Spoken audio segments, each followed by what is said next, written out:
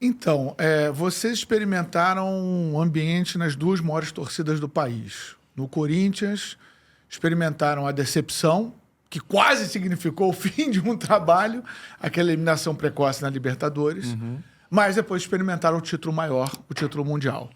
No Flamengo, vocês não conseguiram ter a experiência da grande conquista. Então, viveram todo tipo de pressão. Onde é que mora a pressão? É num Flamengo, num Corinthians ou numa seleção brasileira? Eu sempre falei isso. Eu vou até aprofundar um pouquinho mais. É bem maior no Flamengo. Não tem, para mim, não tem comparação entre Flamengo, seleção e Corinthians. É lógico. Você já está comparando então, a pressão no Flamengo que vocês viram. Foi a maior de todas na tua carreira. Aí eu vou tentar achar os motivos. Primeiro, no Corinthians a gente tem 3 passagens, né? A primeira de 2004, que a gente pega o Corinthians caindo, quase caiu para a segunda divisão em São Paulo. A gente assume logo depois. E a gente pega o Corinthians caindo para a segunda divisão do Campeonato Brasileiro. Foi muito difícil. E a gente sai do último colocado naquele ano de 2004. Por 1 ponto a gente não vai para a Libertadores. A gente consegue reverter.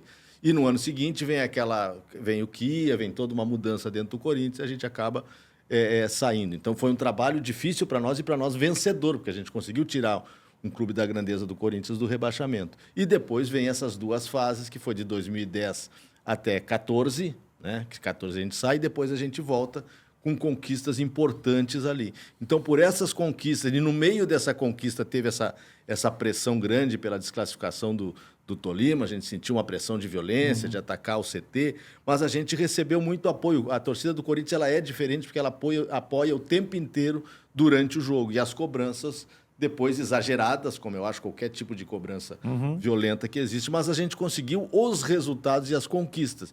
Então a pressão ali ela não foi muito, muito forte. A seleção brasileira a gente não viu pressão, né? Porque jogos esporádicos com muito tempo de um jogo para outro e o torcedor brasileiro cada vez... E o início de trabalho na seleção espetacular. Exato, né? Foram 2 eliminatórias voo de cruzeiro. Né? Na primeira eliminatória, assim, eu não tenho... Você, obviamente, tem isso de cabeça, mas uma sequência de jogos assim que a gente costuma dizer, né, vencer e convencer, e a seleção brasileira entregava isso. Eu acho que o cartão de visita na seleção também foi importante demais. A gente conseguiu dar um padrão na primeira eliminatória, dentro de uma dificuldade.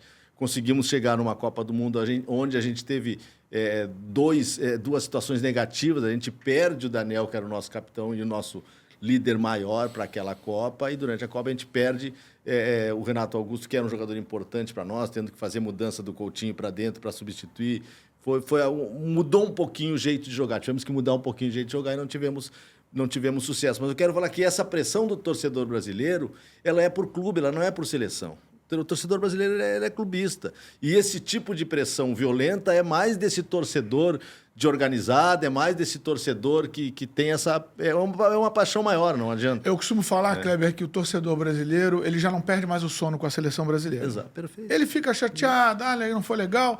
Mas não perde mais o sono como perde com o clube de coração. Então, por que no Flamengo foi a maior pressão que você sofreu na sua carreira? Porque o Flamengo vinha... Né, o Flamengo ele se transforma em instituição organizada e vencedora e consegue chegar em 2019 a conquistas importantes num pouco espaço de tempo, jogando um futebol diferente, né? Um futebol que encantou todo mundo.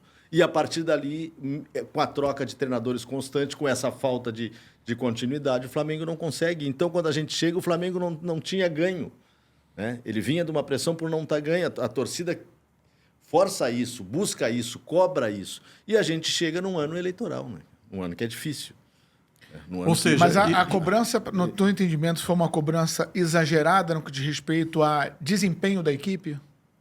Não sei se exagerada. O primeiro objetivo a gente alcançou, e que era a dificuldade de vir, chegar e classificar o Flamengo para a Libertadores em 12 jogos que faltavam numa situação difícil que ele vinha. O segundo objetivo, que foi a busca por um campeonato carioca, era uma obrigação nossa vencer o campeonato carioca naquele momento, vinha de cima para baixo, e a comissão concorda com isso também, que nós tínhamos que ganhar o carioca, então investimos tudo no campeonato carioca.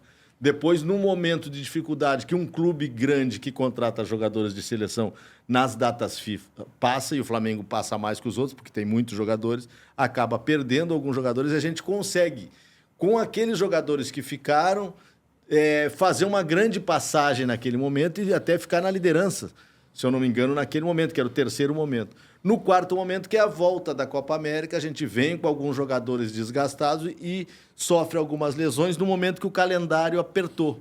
Que entram as 3 competições, que ultimamente está sendo diferente. Antigamente, né? Tem que estar disputando Brasileiro, Copa do Brasil e Libertadores, 3 campeonatos ao mesmo tempo. E isso nos dificultou, a perda de alguns jogadores importantes. Quando a gente demora para trazer os reforços, que agora os reforços começam a dar essa resposta, né? Eu falo do Plata, do Alexandro, do Michael, jogadores que agora estão conseguindo desenvolver. E a gente tem resultados ruins, principalmente os resultados contra o Penharol. Na Libertadores. Na Libertadores. É um sentimento de pressão, entendeu? Mas e um sentimento teu de frustração também? Esperava tirar algo mais daquela equipe? Claro, com certeza. Minha frustração. Mesmo entendendo esses problemas maiores, né? Que foi essa questão das lesões de 3 jogadores que nos entregavam uma quantidade de gol enorme.